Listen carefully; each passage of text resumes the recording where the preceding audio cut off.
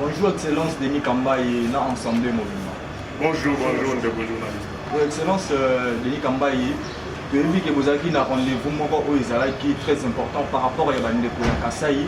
Étant que le président il y a Grand Kassaï qui les a reportés. Donc il y a bit nini oyo rendez-vous aux avis dans le Kassaï bandé aux Elabino les a reportés. Pourquoi? Merci beaucoup à nos journalistes. Lobby Nayambagi va député provinciaux Misatou.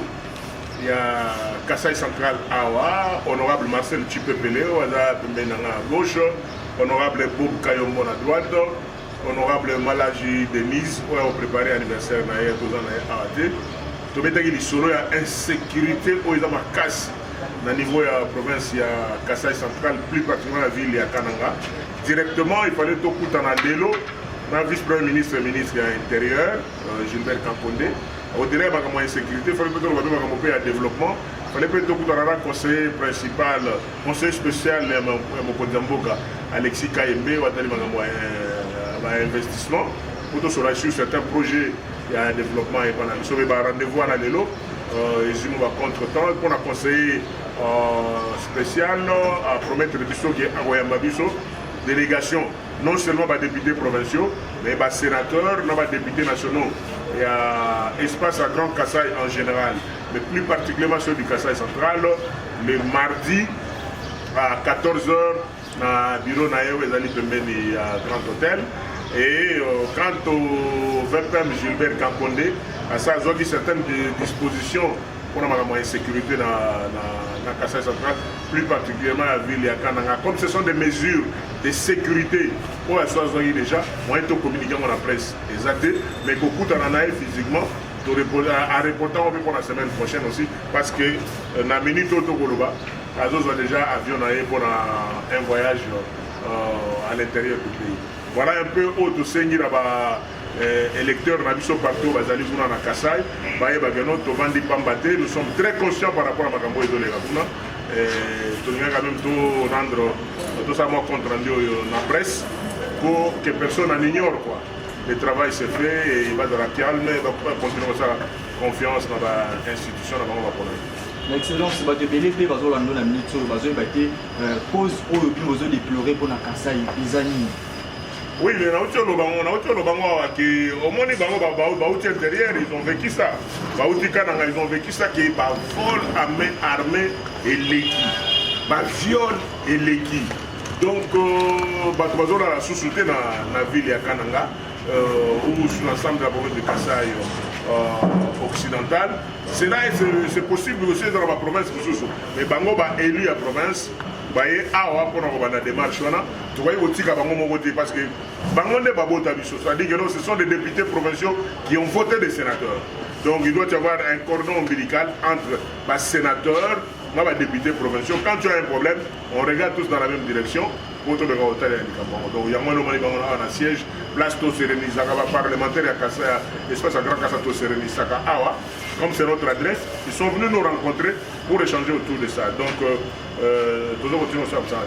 Excellence, même ceux qui nous ont posé une question par problème exactement. Honorable la mission provinciale, il y a Grand Kassaï. Honorable Marcel, là, honorable Bob. Honorable Marcel, bonjour encore une fois. Bonjour. Na kati ya Kassaï, vous avez député na bango lobi na bango kuna. Mais bandeko pe belé tous appelé à coup de fil, bazolela mingi pe makamanza les koti kuna trop. Babino ba honorable na bango ko ba voter pour ba lobela na bango. Bozolobela face na bango vraiment te. Bomoni nde théorie comme moi trop, vol armée comme moi trop. Ya monde bo bimi. To eza que boye ne peut bosser la bango musala na province ya Kinshasa. Ok, merci Ndeko. Na bandi que nous avons la carte de vacances parlementaires. La carte de vacances parlementaires, député à Kendara, pose problème de la population pour faire comment proposer des solutions et pas d'autorité compétente.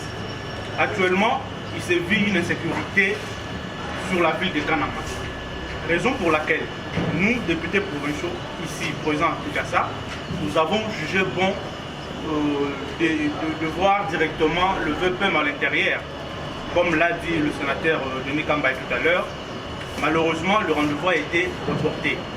C'est-à-dire que nous prenons le problème de la population à cœur, puisque cette insécurité touche également nos électeurs, touche également nos familles.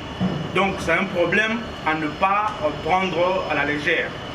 Au Tunga Likamba Nzala, tout ça, je crois que récemment il y a eu un programme agricole, Bangé et Sekendaki, n'a cessé avec l'appui. Il y a un sénateur qui puisque Bango Baza a la province. Donc je suppose qu'avec l'appui de Bango, ensemble nous allons nous battre pour cette population qui nous a élus. Merci. Je ne sais pas ce qui honorable Bob. Honorable Bob, moi question Ezaraki. Même question Gaga. Pour aussi ça vous m'attend un programme belé. Excellence. Moi question mon par rapport à honorable Bob. Honorable Bob, est-ce que population naïo ou électeur naïo tout le électeur, il y a un grand Kassai en général. Est-ce que va vivre 100 jours il y a chef de l'État ou non à Kassai? Bon, solo il y a 100 jours c'est un dossier pratiquement dépassé. Un programme qui était bien conçu pour les 100 jours, il s'est mis déjà. Alors, moi, je n'étais pas dans le programme à 100 jours, je ne saurais pas savoir qu'est-ce qui était prévu et qu'est-ce qui a été fait. Certainement, l'évaluation c'est le maquis, c'est un programme normalement, ils savent à quel pourcentage tôt il y a réalisation et c'est le maquis. Mais c'était tombé par rapport à l'insécurité. Tous les jours qui passent ici, il y a au moins 5 à 10 maisons qui sont visitées. Visitées par qui? Par les hommes en armes.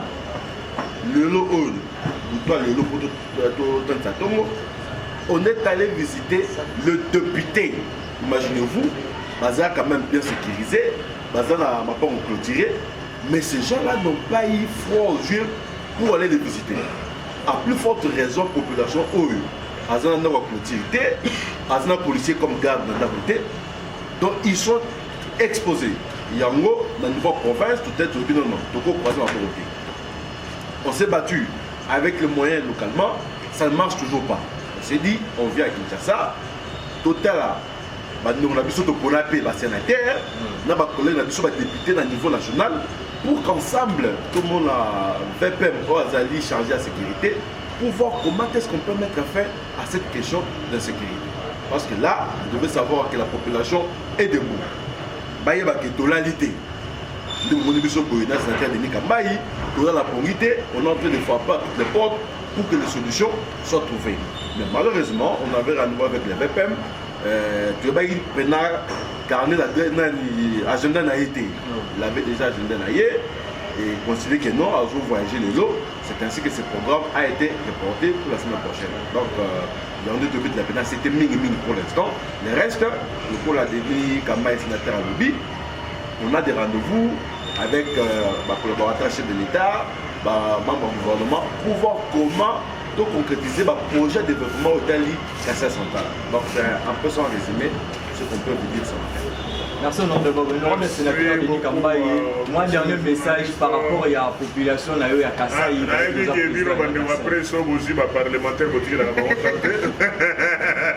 Parce que beaucoup même n'a cahier de charge. Parce que notre cahier de charge était sécurité au Kassai. Mais beaucoup de questions déjà, honorable Marcel, tu peux répondre, honorable Boukayombo à répondre. Mais les solo ils sont de télémélimini, les Kamboya, insécurité. Au-delà de l'insécurité, il y a développement. Il y a une cible dans Bisso. Bisso parlementaire, espace Grand Kassai en général, et Kassai central en particulier. Il fallait les lots. Tout le monde a fait même à l'intérieur. Mais tout le monde a même un téléphone à expliquer stratégie, on va dire déjà besoin. Mais comme ce sont des questions sécuritaires, tout le monde peut savoir directement la presse. Mais seulement que nous avons été en contact avec l'intérieur. Dans le retour, dans la semaine prochaine, avant que nous ayons la session comme d'habitude. Mais que la population sache que nous avons travaillé. Il y a mis autour de l'emploi, il y a pas question de développement.